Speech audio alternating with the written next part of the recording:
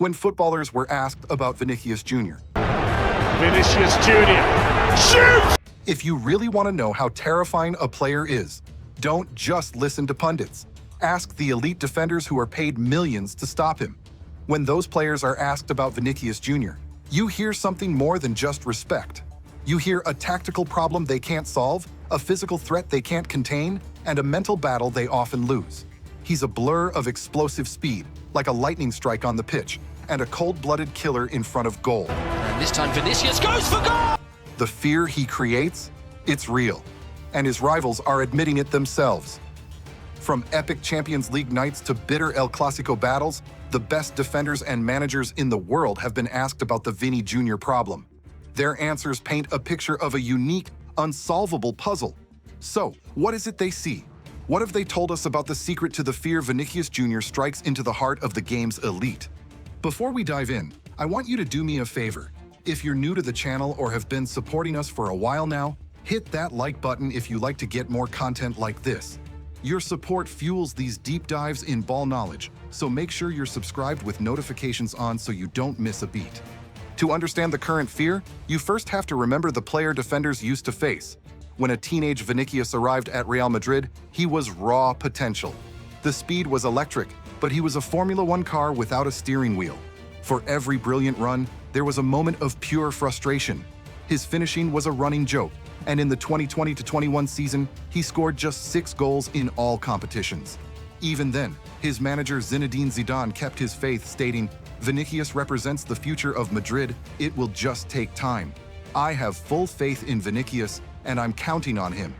But for defenders, the game plan was clear. While his pace was a problem, they knew if they could just hang on and force him into a decision, the attack would likely fizzle out. He was a puzzle they felt they could solve. Then everything changed under the guidance of Carlo Ancelotti. The player who was once a predictable threat evolved into a tactical nightmare. Ancelotti promised we would see the best version of Vinicius, a player who is ready and motivated. This transformation is the root of the fear, and it happened in 3 key phases. First, speed meets smarts. He paired that blistering speed with a hard-earned football IQ. He wasn't just a winger glued to the touchline anymore. He started drifting inside, popping up in those tricky half spaces and timing his runs to perfection. He went from being a runaway train, easy to see coming but hard to stop, to a ghost that could appear anywhere. That intelligence turned his pace from a simple tool into a surgical weapon, making him impossible to predict. For Vini, Ancelotti's genius was creating a relaxed atmosphere where everyone feels at ease, allowing players to express their natural flair within a tactical structure. Second, the dribbling dilemma. He mastered the one-on-one, creating a nightmare for any defender isolated against him. It's not about pointless step-overs, it's about brutal efficiency. For a defender, it's like being caught in a trap where every move is the wrong one. Get too tight, and he spins you. Give him space, and he's gone. It's a lose-lose situation that often leaves fouling as the only option. Just ask Girona's manager Michel, who admitted bluntly after a match, "Sometimes we have to stop him with fouls because of how good he is."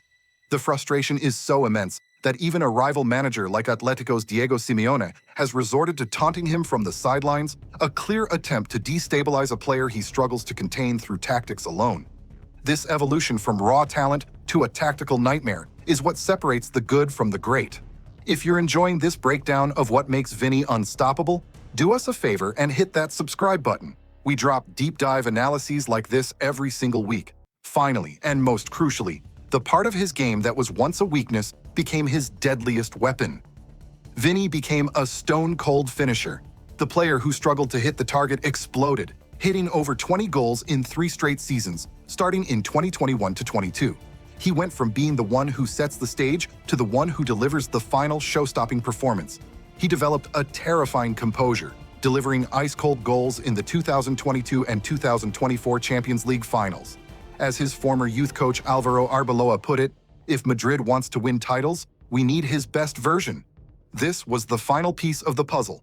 He was no longer just creating chaos, he was finishing the job. The clearest proof comes directly from his rivals. Manchester City's Kyle Walker, after one duel, admitted to telling Vinicius, "Please don't try that again and make me a meme." A perfect summary of fear disguised by respect. I went to hug him because he tried to rainbow flick me. So it was kind of more like, please don't try that again, because I don't want to be a meme or anything. In La Liga, the job often falls to Barcelona's Ronald Araujo, who has called Vini the #1 in one-on-one situations. The consensus from top managers is just as strong. After Vini was pipped to the 2024 Ballon d'Or by Rodri, Manchester City's Pep Guardiola was asked if the Brazilian should have won, conceding, should it be Vinicius? Maybe. That respect from his greatest rivals culminated when Vinicius was named the best FIFA men's player for 2024. Visibly emotional, he spoke of his journey from a kid in São Gonçalo to the best in the world. Criança que só jogava bola descalço nas ruas de São Gonçalo, perto da pobreza, do crime, e poder chegar aqui é... It was the ultimate consensus, a player feared by his opponents and admired by the entire world. So, when the world's best defenders and managers are asked about Vinicius Jr., what do they say? They describe a player who presents 3 problems at once. He's the physical problem of blistering pace. He's the mental problem of intelligent movement. And now, he's the clinical problem of a world-class finisher. You can't get too close, but you can't give him space. You can't just foul him because he gets right back up. Girona's manager, Mikel, summed it up perfectly when asked about him. He never disconnects. He does not stop challenging you. For the defenders who face him, Vinicius Jr. is a storm on the horizon that never passes. The debate will always rage on, but the proof is on the pitch. Now we want to hear from you. Which defender do you think has the toughest job against Vinicius Jr.? Sound off in the comments. We read every single one. Thanks for watching. Don't forget to like and subscribe, and we'll see you in the next one.